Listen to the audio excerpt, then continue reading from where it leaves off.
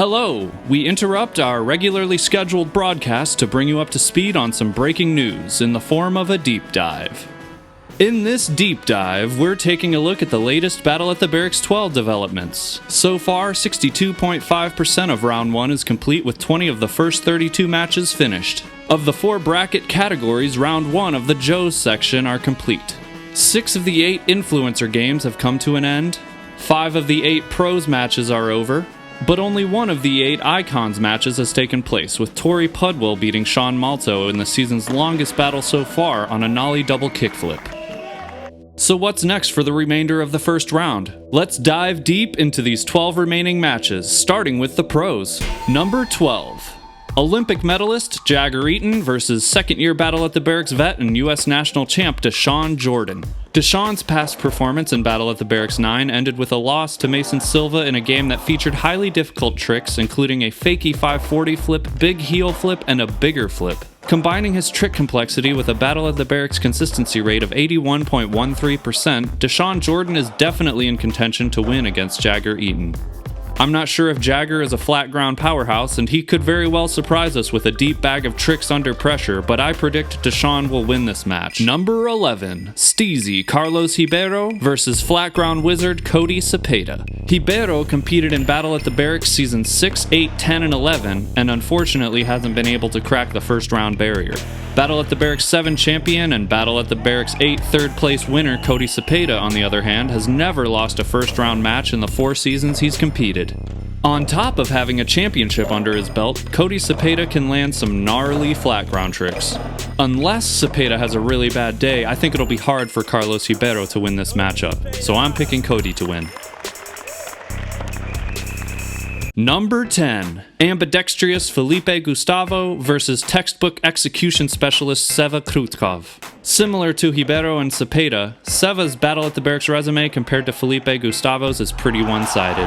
Seva won Battle at the Berrics 8, was Season 10 runner-up, and made it to 2 third-place battles in Seasons 7 and 11.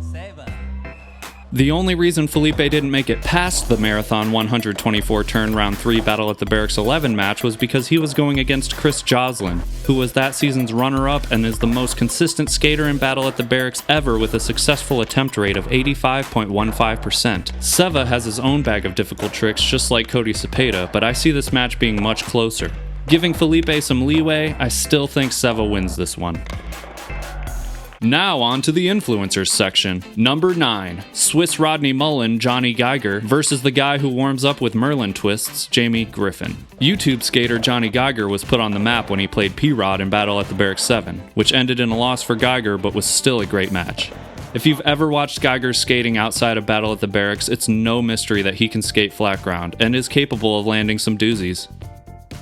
Geiger's brief time in Battle at the Berrics resulted in a 69.57% success rate, which seems low for him considering his perfectionist style. Over the last few years, Jamie Griffin has been blowing up on social media with his flurry of wildly hard-to-land flat-ground tricks.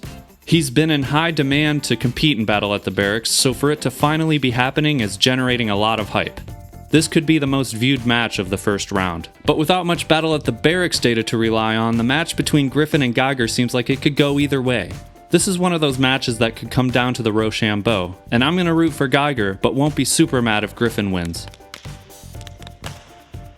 Number 8. Professional skateboarder from the San Francisco Bay Area, Aaron Kyro versus no one? Is it even confirmed that Aaron Kyro will compete?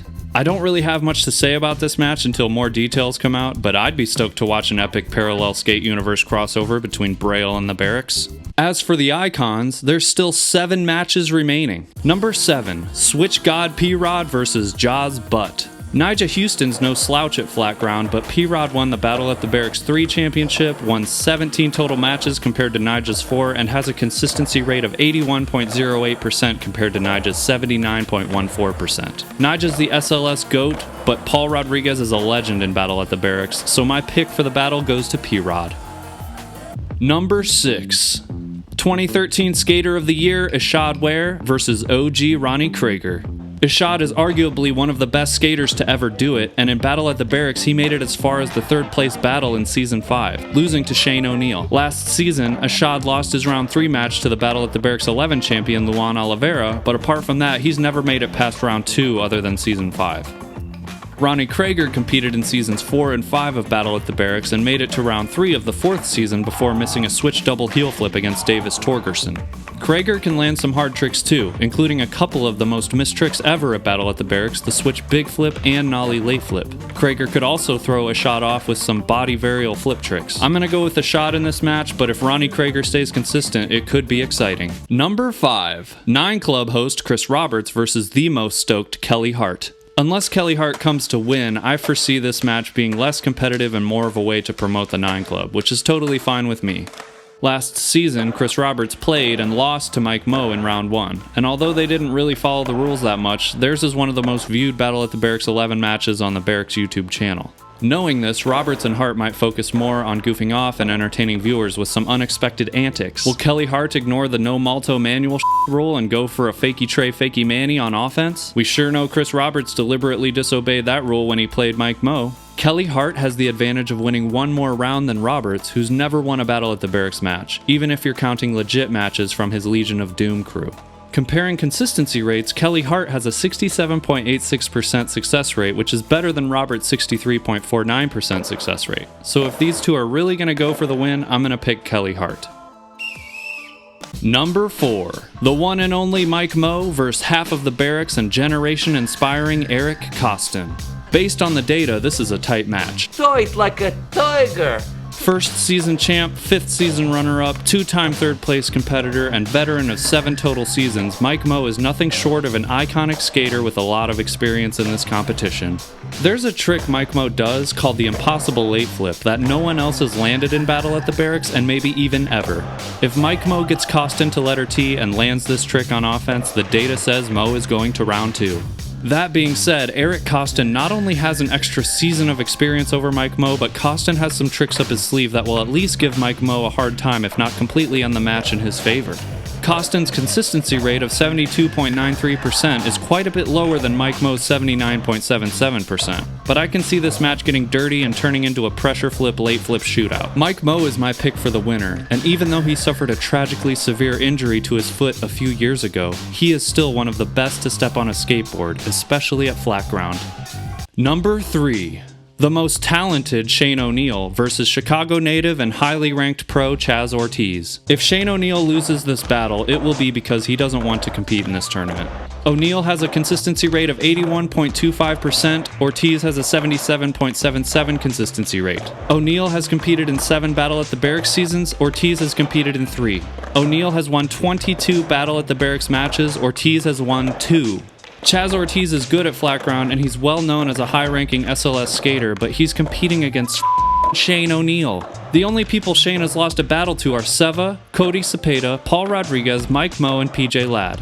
Notice anything in common among these names? They're all former Battle at the Berrics champions. Okay, fine, it's true. Shane lost one round in Battle at the Berrics 4 to Davis Torgerson on a nollie backside 360 big spin heel flip, but the only other person to land that trick in Battle at the Berrics was Chris Cole, who was the 2nd season champion. Honestly, if Shane already knows that his only losses came down almost exclusively to Battle at the Berrics champions, he's probably ready to just win this whole damn thing once and for all. I won't go as far to say Shane ONeill will win this whole tournament, but unless he's skating with a blindfold on or secretly gets paid to lose, I don't see Chaz Ortiz winning this one. Number 2. Battle at the Berrics 2 champion Chris Cole versus 2012 Skater of the Year David Gonzalez. David Gonzalez caught my attention with his front foot impossibles and overall solid grasp of flat ground. But Chris Cole is another beast. Chris Cole beat P-Rod in Season 2 for the championship title. Chris Cole landed an ollie south and north, which is one trick, not 2, and a bunch of other crazy tricks. And Chris Cole's 78.56% consistency is better than David Gonzalez's 75%. This one feels like a no-brainer, and based on the numbers, I'm saying Chris Cole wins this one. Number 1. Rule breaker Mike Valielli and RibsMan. Mike Valielli competed in one round of Battle at the Berrics in Season 2 against Chris Cole, where he famously blew off the rules and proceeded to do street plants on offense. That one round immortalized Valielli as the Battle at the Berrics competitor who got a pass for breaking the rules, but it was Chris Cole who eventually won that match and the championship. Valielli's consistency rate was 72.73% in that match, but since only 9 of the tricks he did were compliant with the rules, this success rate doesn't tell us much. Who makes rules for skateboarding? RibsMan. I first heard of RibsMan on the 9 Club in 2018, and the Berrics posted a video about this mythical skater in January of 2021. I was initially amazed at how good the skating was and wondered why someone this talented would want to remain anonymous, until I read a comment on that Berrics video that made me think differently. Master Betty posted a comment that said, "Plot twist, RibsMan is actually several different skateboarders dressed in the same costume." And Tryptamine replied to Master Betty, "There's an Insta post of him that looks exactly like Dylan Jabe doing flatground in the suit, but I agree it's more than one dude." Then I thought, didn't Dylan Jabe drop out of Battle at the Berrics 12 due to injury? Dylan Jabe. He's just not feeling good. Is Dylan Jabe RibsMan? If Dylan Jabe is RibsMan, skating in a Battle at the Berrics 12 injured, will he still win the whole thing? Am I going down a rabbit hole that leads to a dead end? If RibsMan is a collection of different skaters wearing a mask, the competitor could be anyone, which is fun but also kind of weird if RibsMan makes it far in the competition. For example, what if RibsMan won the whole thing? Does it matter? To me, not really, but it does kind of make the point of looking into stats less meaningful. Does it matter to Chris Joslin, Luan Oliveira, Spencer Barton, Garrett Ginner, and Jagger Eaton, who probably want to be the champion? Guess you'd need to ask them, but if there's money on the line for this tournament, having an anonymous skater that could be anyone might piss off some people competing for the win. I don't see how Mike Valielli can win this round unless he's been secretly practicing flat ground. So if RibsMan wins, which I predict he will, does he just automatically lose to the winner of the Chris Cole-David Gonzalez match? So many questions about RibsMan being in the tournament, but time will tell. Well, that pretty much covers the remaining 12 battles in round 1 of Battle at the Berrics 12 so far. Thanks again for tuning in. Don't forget to subscribe to Dumb Data, click the notification bell to stay on top of new episodes, and drop a like if you enjoyed this deep dive. See you on the next dumb episode.